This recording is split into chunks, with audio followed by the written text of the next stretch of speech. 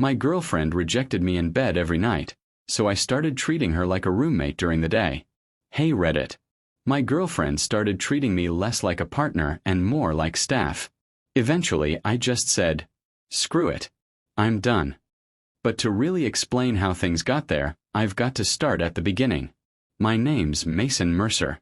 I'm 38, and I run a small auto shop on the edge of town with my buddy, Dalton.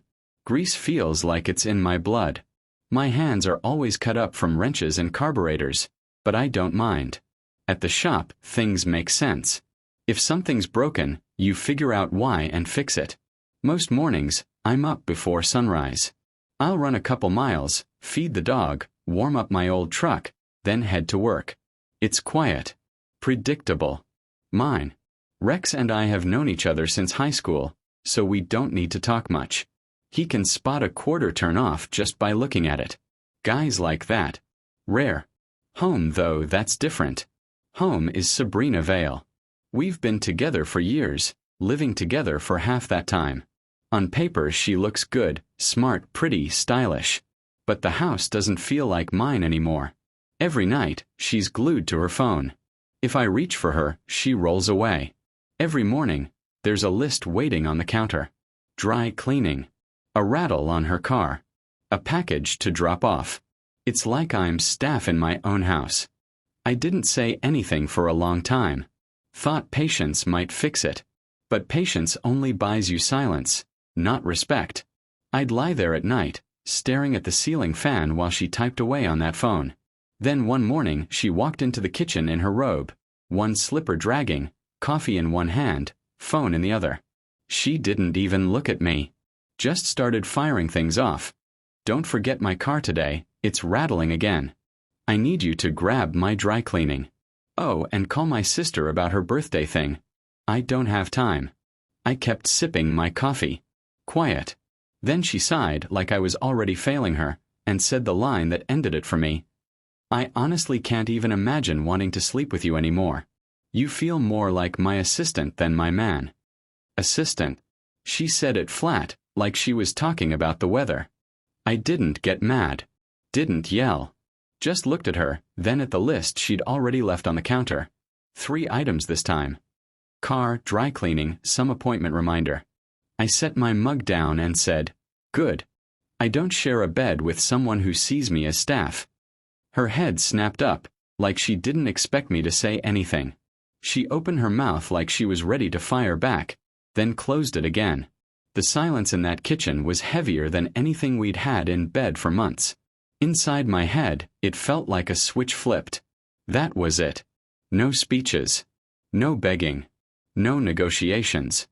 I was done the second those words left her mouth. The dog was sitting at my feet, tail wagging like nothing happened. I scratched behind his ears and thought, he treats me more like a man than she does. She grabbed her phone and walked off without a word. Probably went to add more tasks to her notes app. I stood there another minute, finished my coffee, and stared out the window at the frost on the truck windshield. That frost was more honest than she'd been in months. That day at the shop, I didn't tell Rex right away. Just worked. Rebuilt a carb. Checked torque on a set of heads. Cleaned my tools twice as long as usual. My brain kept replaying her line like she thought it was funny, or safe to say. Rex finally noticed I was quieter than normal. He rolled over on his stool, wiped his hands on a rag, and said, "You look like a guy who slept on a question mark." I smirked at that. "Closer to a period," I said. He raised an eyebrow but didn't push. That's Rex. He knows when to let something sit. On the drive home that night, I already knew things were different. I didn't feel angry. I felt lighter, like something clicked into place. All those lists on the counter, all those nights of silence, all the little digs in front of people. It all added up to the same math. She didn't respect me. And I wasn't going to bargain for it anymore. When I walked into the house, Sabrina was at the table scrolling her phone, earbuds in. She didn't look up. The next morning, Sabrina's list was waiting for me on the counter again. Same handwriting. Same tone in the way she wrote it, like everything was urgent and I was the guy she'd hired to run errands. I didn't even read it. Just folded it into a paper airplane, flicked it clean, and let it land in the sink. Didn't say a word. By the time she came in, I was already lacing my boots. "You think you're funny?" she asked, pulling the soggy paper out of the sink. I didn't even look at her. "I'm not your operations team. Handle your own calendar." She stared at me for a beat, waiting for me to take it back. I didn't. She let out that little scoff she does when she doesn't win right away, then stormed off. I drove to the shop in silence. Dog riding shotgun, head clearer than it had been in months. At work, Eli was struggling with a stripped bolt on a manifold. Kid's only been around a year. Eager but green. I walked over, tapped the wrench out of his hand, and said, "You don't muscle it. Back it off first. Ease it, then bring it home. Otherwise, you'll be drilling it out." I showed him the angle, slow and steady, then let him finish it himself. When he got it right, I clapped him on the shoulder. "Now you'll remember. It's always about feel, not force." Rex rolled over on his stool, watching. "You've been on edge lately," he said, not unkind. I shrugged. "Just drawing lines." He raised his brows but didn't push. That's Rex, always direct, but he doesn't fish when you're not offering. That night, Sabrina tried a new tactic. She leaned against the counter while I made dinner, smirking like she was above it all. "So what's this new thing? You ignoring me to get attention?" she asked. I plated my food, set it down, and said, "No, I'm just not playing anymore." She laughed.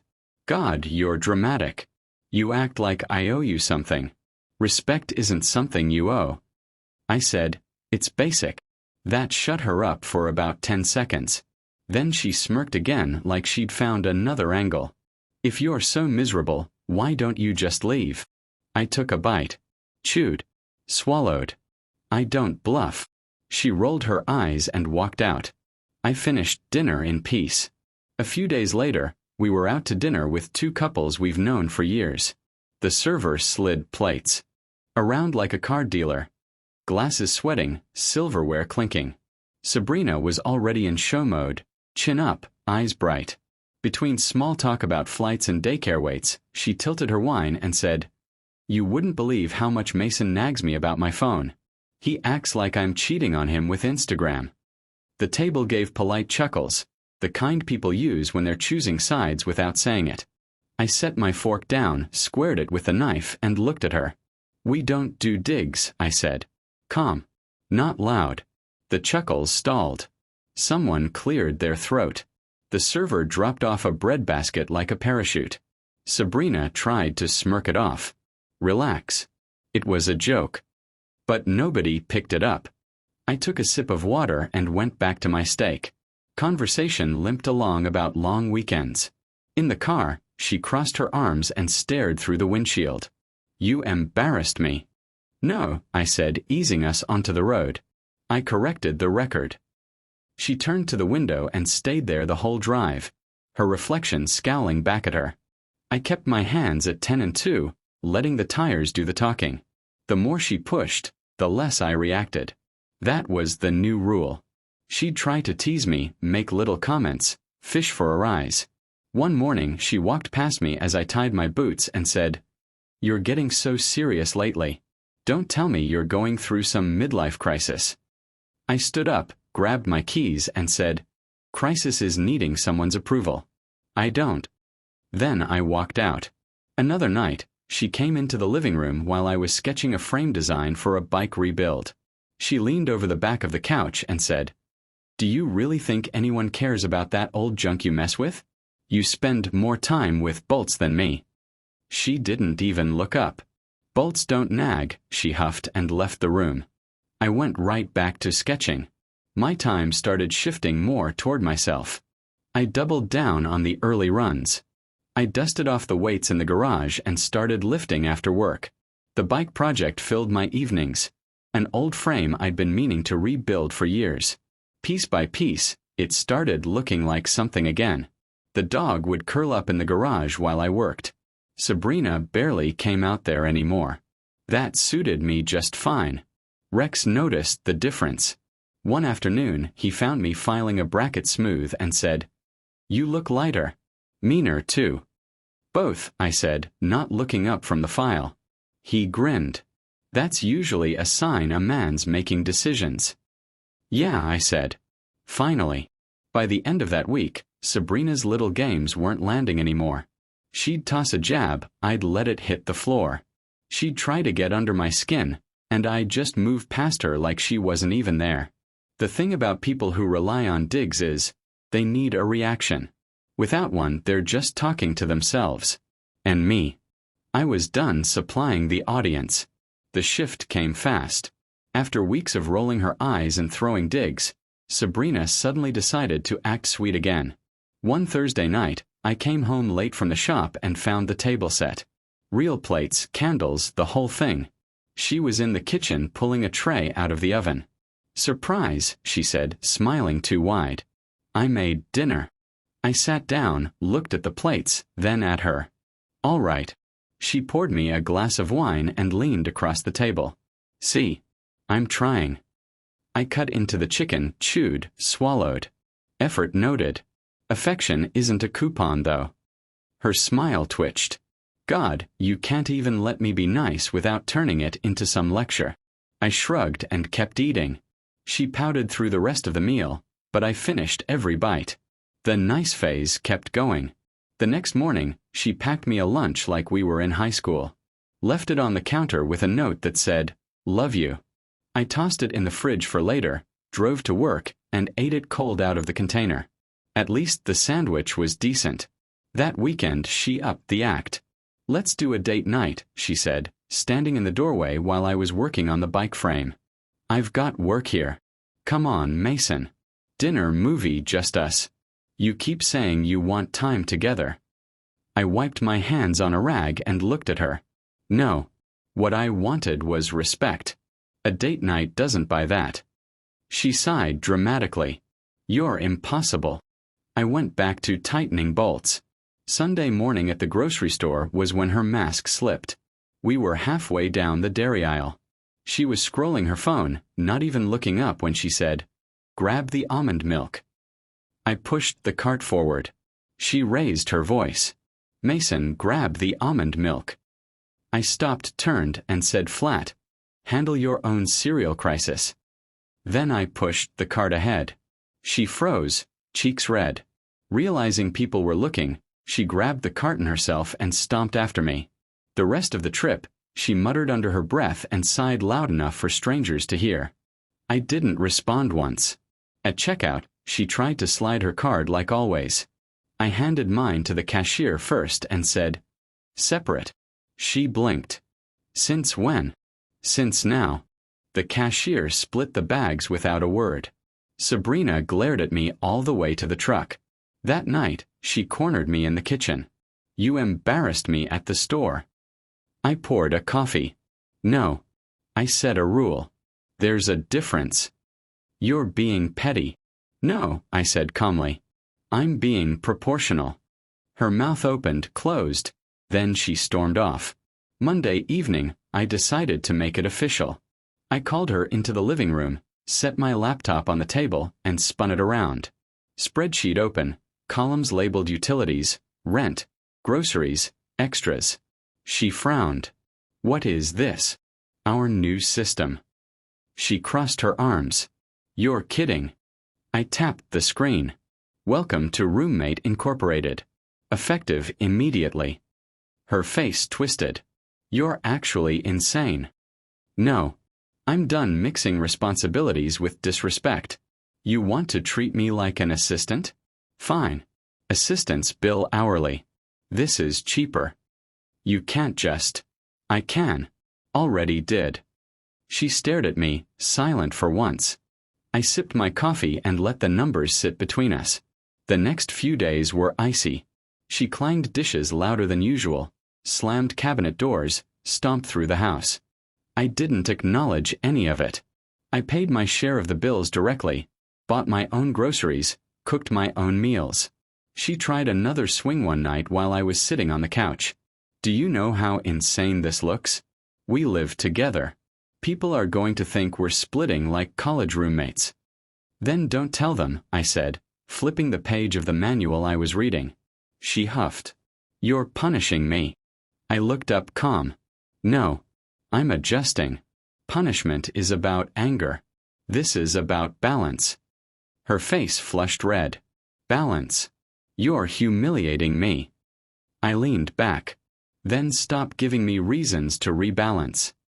She stormed out, slammed the bedroom door. The dog barely flinched. The funny thing was, once the system was in place, I slept better. Bills split, food separate, responsibilities divided. The air felt clearer. No more lists waiting for me on the counter. She tried once. Left one out with a little smiley face like she was softening the blow. I slid it back across the table and said, Flights are still grounded. She tore it in half and tossed it in the trash. I almost smiled. The fake affection didn't last long after that. She kept trying little jabs, little tests, but I didn't bite. When she cooked, I ate it and said thank you, but never gave her the reaction she was hunting for. When she touched my arm like she used to, I finished what I was doing before moving away. She wanted me on a leash. She didn't realize I'd already cut it. And me. I just kept building my bike, lifting in the garage, and living like a man who didn't need a performance to feel steady. Mrs. Alvarez had been on me all week about coming to the neighborhood barbecue. She's the kind of neighbor you can't say no to. Late 60s, sharp eyes, always polite but firm. If she tells you to show up, you show up. So, Sunday afternoon, Sabrina and I walked down the street carrying a half pan of cornbread I'd baked that morning. The yard was already full. Folding chairs, coolers, smoke rolling off the grill. Kids riding their bikes too close to the tables. And everyone pretending not to care. Marco, her son, was at the grill.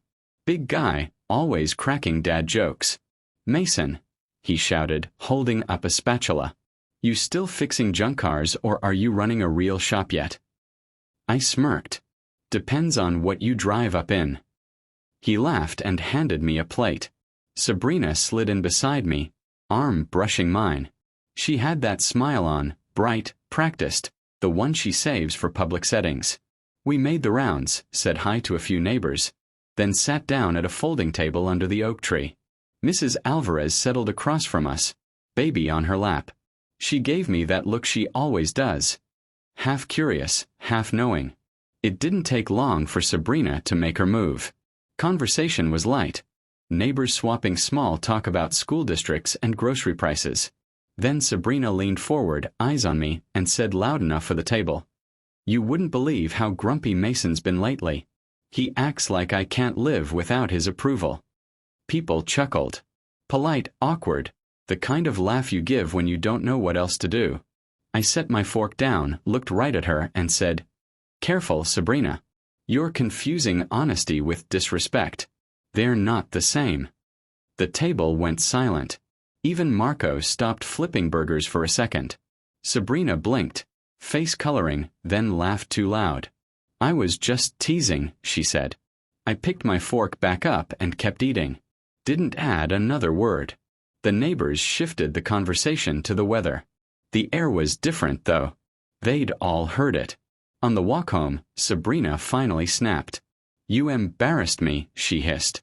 No, I said. I clarified you. She stopped on the sidewalk. Do you even hear yourself? You sounded insane. I looked at her calm. Insane is letting people think they can laugh at me while you feed them lines.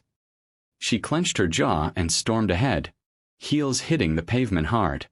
I let her go. That week, the cling phase started. Saturday morning, we walked the farmer's market. String bags, sun on the stalls, somebody testing a speaker with old country music. She threaded her arm through mine and turned toward a couple from our street. This is my Mason, she said, voice dipped in honey. We're great, right, babe? She laughed before I could answer. The couple smiled, the way people do when they've been handed a brochure. I picked through tomatoes, weighed 2 in my palm, paid for eggs and kept my answers short. She kept narrating us for the crowd.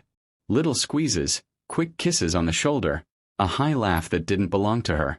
When she tried to lace our fingers for the 3rd time, I gently freed my hand to count cash and tuck the change. No scene, just transactions. In the parking lot, she locked the hatch a little too hard. "You're making me look desperate," she said, heat rolling off the asphalt. I slid the carton of eggs into the cooler so they wouldn't crack, then looked at her. "Stop advertising." She scoffed, climbed into the passenger seat, and stared out at nothing. I drove us home with the windows down and the radio off. The bag shifted once and back, settled, and stayed put. The way things do when you load them evenly and quit pretending they're light. Her little shows didn't bother me. If anything, they made it easier to keep distance. The more she reached, the less I reacted. She was running out of levers, so I poured more of myself into my own time. Early mornings meant longer runs. After work, I'd hit the garage gym. Bench, deadlifts, pull-ups. No music, no distractions, just weight and breath. At the shop, I focused harder on Eli. He'd been making progress, learning to read the feel of the tools instead of just muscling through mistakes. One afternoon, he tightened a belt without me stepping in once. When it ran smooth, he grinned like a kid. "Getting it," I said. Rex overheard. "About time you train him, right?" He joked. Eli laughed, wiping his hands. It's easier when he actually explains stuff instead of just glaring. I smirked. Glare is part of the process. They laughed, and for a second, the shop felt like a place where things still worked. Even the dog seemed calmer. When Sabrina walked through the door, he'd stay put on his bed. When I walked in, he'd lift his head, tail thumping, waiting for me to scratch his ears. It didn't go unnoticed. One night, Sabrina pointed at him and said, "He doesn't even listen to me anymore. You've turned him against me." I glanced at the dog, then back at her. Dogs don't fake it. They just know. She looked like she wanted to throw something. Instead, she stormed off again. By the end of that week, the pattern was set. Sabrina pushed harder in public, trying to glue herself to me. I stayed cold, steady, polite. The more she performed, the more obvious it became that she was the only one acting. Neighbors noticed. Mrs. Alvarez especially. Didn't say a word, just nodded once like she already knew. And me, I wasn't worried about managing optics anymore. I was too busy drawing lines. One day, I was sorting the mail pile on Sabrina's desk when the corner of her notebook caught my eye. Spiral-bound, pink cover, her handwriting all over it. Normally, I wouldn't care, but the page it was open to stopped me. It looked like a checklist, columns and boxes. At the top, Mason plan. The first line read, "Car fixed, cook dinner, affection later, errand done, compliment, small reward, ignore bad attitude, no closeness, lesson learned." I read down the page, my stomach going still. It wasn't a to-do list. It was a system, a way to manage me. I set the mail aside, carried the notebook to the kitchen, and set it in the center of the table. When she came in from her workout class, leggings still on, hair pulled back, she froze the second she saw it. "What's that?" she asked, too quick. "Your notes," I said. My voice was even. "Want to explain why I'm a program?" She laughed nervously. "Oh my God, you're snooping through my stuff now. That's pathetic." "No," I tapped the page. "Pathetic is reducing me to a flowchart." Her eyes narrowed. "You don't even know what that is. You're twisting it." "Really? Car fixed equals affection. Looks pretty clear." She crossed her arms. "It's just a journal." I was venting. Writing stuff down helps me process. Process. I leaned back. You call affection a coupon and chores a price tag. That's not processing. That's manipulation. She slammed her water bottle down. "You always overreact." I was trying to organize my thoughts. "You act like everything I do is some master plan against you." I didn't blink. "That's because it is. You don't give respect. You ration it." Her jaw clenched. "You're twisting everything. I'm the one who keeps this house together. You should be thanking me." "For what? Turning intimacy into a loyalty program?" She threw up her hands. God, listen to yourself. You're paranoid. No, I said. I'm awake. Big difference. That shut her up for a beat. Then the tears started, right on cue. You don't understand how hard I try, she said, voice cracking. Do you think I like fighting with you? I just want us to be normal again. I didn't move. Normal died the day you made respect optional. She covered her face with her hands. Why are you being so cruel? Cruel. I shook my head. Cruel is telling a man he's only worth affection when he runs your errands. Cruel is treating me like a dog to be trained. I'm just putting words to it. She looked up, eyes red. So what? You're just going to throw this away? All these years. I didn't throw anything. You dismantled it piece by piece. I'm just the one calling time of death. Her expression hardened. You'll regret this. You're not going to find someone who puts up with you. I stood calm. Respect isn't something to put up with. If that's your baseline, then you never saw me as a partner. Just staff. She pushed the notebook away like it burned. You think you're so righteous. You're really just cold. That's why this doesn't work. You don't feel anything. Wrong again, I said. I feel plenty. I just don't waste it on someone who treats closeness like a reward chart. She shook her head, tears streaking now. So that's it. You're just done. Respect isn't negotiable, I said. You crossed the line. I don't step back over it. She slammed the bedroom door so hard the picture frames rattled. That night, I sat in the garage with the dog lying by my boots, pulled out my phone, opened a rental app, and bookmarked a short-term sublet across town. 2 bedrooms, small garage. Good enough for now. The next day at lunch, I called a storage unit and reserved one. Cheap, month to month. I already knew which tools and clothes I'd move first. By Thursday, I'd packed 2 boxes of essentials, work gear, spare clothes, old photo albums, and lined them up neatly against the garage wall. I stacked the rest on shelves, ready to load when I decided. Every move felt clean, surgical. Sabrina, meanwhile, acted like nothing had happened.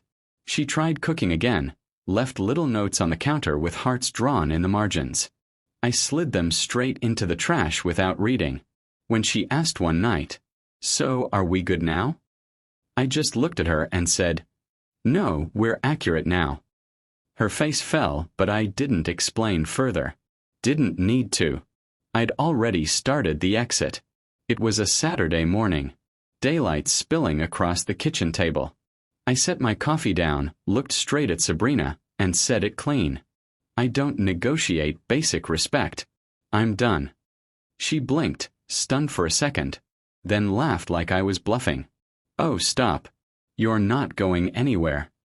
I slid the spare key across the table, already packed. Her face twisted. You're serious? I stood, grabbed my duffel from the chair. Completely. She scrambled after me down the hall. So what? You're just leaving? Walking away from everything we built? I turned, calm. We didn't build. I bought. You managed. I'll be taking what's mine. Her eyes went wide. Excuse me. I pointed toward the living room. That couch. I paid for it. The dining table, too. TV stand, rug, half the kitchenware. I'll load it today.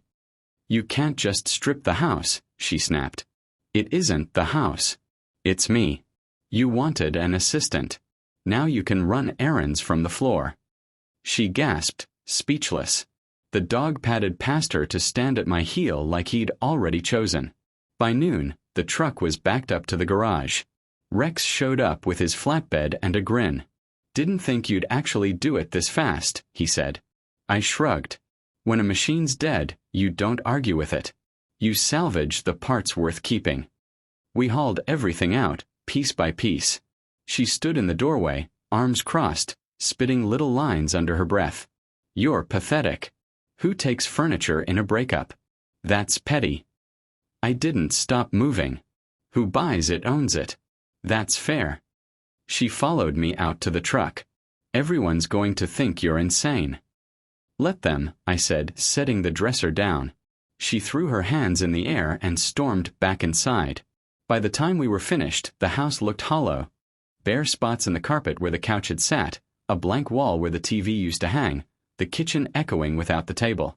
I carried out the last box, photo albums, tools, a framed picture of my father, and loaded it onto the truck bed. Sabrina stood at the porch railing, shaking her head. You'll regret this, Mason. You're going to wake up alone and wish you'd fought for us. I climbed into the driver's seat. Regret is cheaper than disrespect. Word spread fast. Neighbors whispered. Miss Alvarez caught me unloading the truck at the new place later that same day. She walked over, arms folded, her sharp eyes soft for once. You moved fast, she said. Had to, I told her. She nodded slowly. People will talk. Let them, I said. Opinions don't pay rent. She gave me one of her rare smiles. Good man. Then she walked back across the street. The new place sat near the river. 2 bedrooms, a small garage, and a patch of yard just big enough for the dog to stretch. First thing I did was put up a pegboard and hang my wrenches in order. Order made the space feel like mine. The dog settled in quick. He stretched out on the bare floor while I bolted the couch back together. For the first time in months, he didn't pace the hall at night. He just slept. Mornings were quiet again. I brewed coffee, watched the sun rise over the river, and didn't check my phone until noon. On Sundays, Rex and his wife came by. She brought casseroles. He brought beer. We grilled in the yard while the dog ran between us, laughter carrying without effort. It felt like life had air again. You look 10 pounds lighter, Rex's wife said once. Furniture weighs a lot, I deadpanned. Rex nearly choked. Laughing. A week later, I was at the hardware store picking up sandpaper for the bike project. I stood in front of 2 racks trying to decide grit when a woman next to me said, It's not a moral decision, you know. Just pick one. I glanced over. Short brown hair, work boots, sharp eyes. She smiled without trying too hard. Depends on the job, I said. She raised a brow. Depends on the guy. We both laughed. Easy. Her name was Harper Quinn. We ended up comparing notes on sanding blocks, then somehow arguing torque specs like we'd known each other for a while. At checkout, I reached for my wallet, but she slid her card in first. Get it next time, she said like it wasn't even a question. I paused, then nodded. No scoreboard. Easy. By the time I got back to the garage, sandpaper in hand and the dog waiting, I realized the house finally felt like mine again. Quiet, honest. No lists on the counter, no games. Just me, my tools, and the weight of furniture I'd earned and taken with me. Months later, the bike project finally came together. All the sanding, fitting, and adjusting clicked. One Saturday at sunrise, I rolled it out of the garage, kicked it to life, and let the idle hum clean. I eased it down the empty dirt lane at a crawl. The dog loped the ditch line for 100 yards, peeled off, and beat me back to the driveway. It felt like breathing again. By the time I parked it back in the garage, I knew something had shifted. I wasn't chasing anymore. I was building. That same afternoon, she texted me for the first time in months. A picture of the cabin brochure still pinned to her fridge. Underneath she'd written, "We could have had this." I typed back, "We had plenty, just not the thing that matters." No reply came. Silence held. A week later, I got the real attempt. It was late evening when there was a knock at the door. The dog growled low. I opened it to find Sabrina standing there, makeup smudged, wearing one of those dresses she used to save for date nights. "Mason," she said, voice low. "Please, we don't have to end like this. I miss you." I didn't move. "What do you miss?" "The furniture. The system." Her lip trembled. "No, I miss us. I miss how you used to look at me. I can change. I'll do better. Just don't throw us away." The dog sat at my feet, silent. I leaned against the doorframe. Respect wasn't yours to ration. You don't get another round. Tears welled. She stepped closer, hand reaching for mine. "I'll do anything. Just tell me what you want. I'll make it work." I pulled my hand back. I don't train partners. She froze, face hardening. The tears shut off like a faucet. So that's it. You're going to act like you're better than me? You're nothing without me, Mason. Nothing. No one else is going to put up with your stubborn crap. I almost smiled. Good. Then I'll finally be surrounded by honesty. Her jaw clenched. She tried to sneer, but it came out shaky. You're going to regret this. You'll be crawling back when you realize I was the only one who could handle you. I stepped forward just enough to close the gap. Calm. Steady. I don't crawl. Not for anyone. Her mouth opened, shut, opened again. No comeback. She shook her head, muttered something under her breath, and stormed down the driveway. The dog watched her go, then laid back down on the porch. I closed the door and locked it. Life didn't stall. Harper was already in my orbit, not as a rebound, but as someone who didn't need a scoreboard to be kind. She came by one Sunday with a box of clamps for the table we were building together. Hold that side, she said, bracing a leg while I lined up the joint.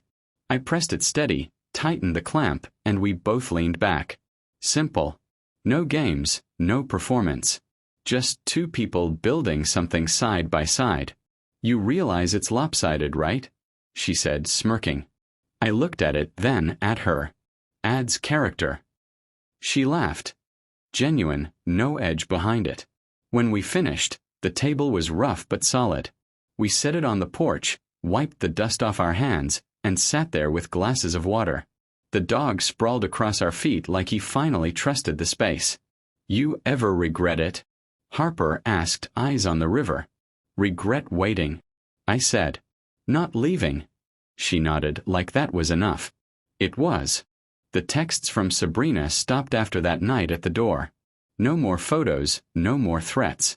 Word around the neighborhood was she'd moved across town into a smaller place. Mrs. Alvarez mentioned it once over the fence, then let it drop. Seems thinner, she said quietly. I wish her well, I replied. But I don't miss a thing. Mrs. Alvarez gave me a long look, then nodded. She never asked again. We grilled in the yard, the dog weaving between chairs, Rex's wife laughing at things that didn't need to be forced. It wasn't complicated. No digs, no lists, no tension. Just people enjoying each other's company. One evening, I took the bike out again, idling slow on the empty lane. The dog paced the edge for a short stretch, then circled back. The sun dropped low. I thought back to the house I'd left. The system I'd walked out of that night. She stood in my doorway, begging, then flipping like a switch. Engines complain less than people. At least when they break, you know why. I don't chase. I build. Respect is the price of entry. When I got back, Harper was on the porch with a notebook, sketching shelves for the garage. She held it up. Think we can build these? I nodded. Easy. We've already got the clamps. We both laughed. Simple, steady, and got to work. That night, with the dog asleep at our feet and the house quiet, I realized this was the baseline I should have protected from the start. Not noise, not performance, not a system of rewards. Just respect earned and given, without keeping score. And if anyone asked, I'd keep it simple. I don't negotiate for basic respect. Not from anyone. YouTube just dropped this new hype feature. If you're hooked on this story, smash that hype button. It tells YouTube, this video deserves to blow up.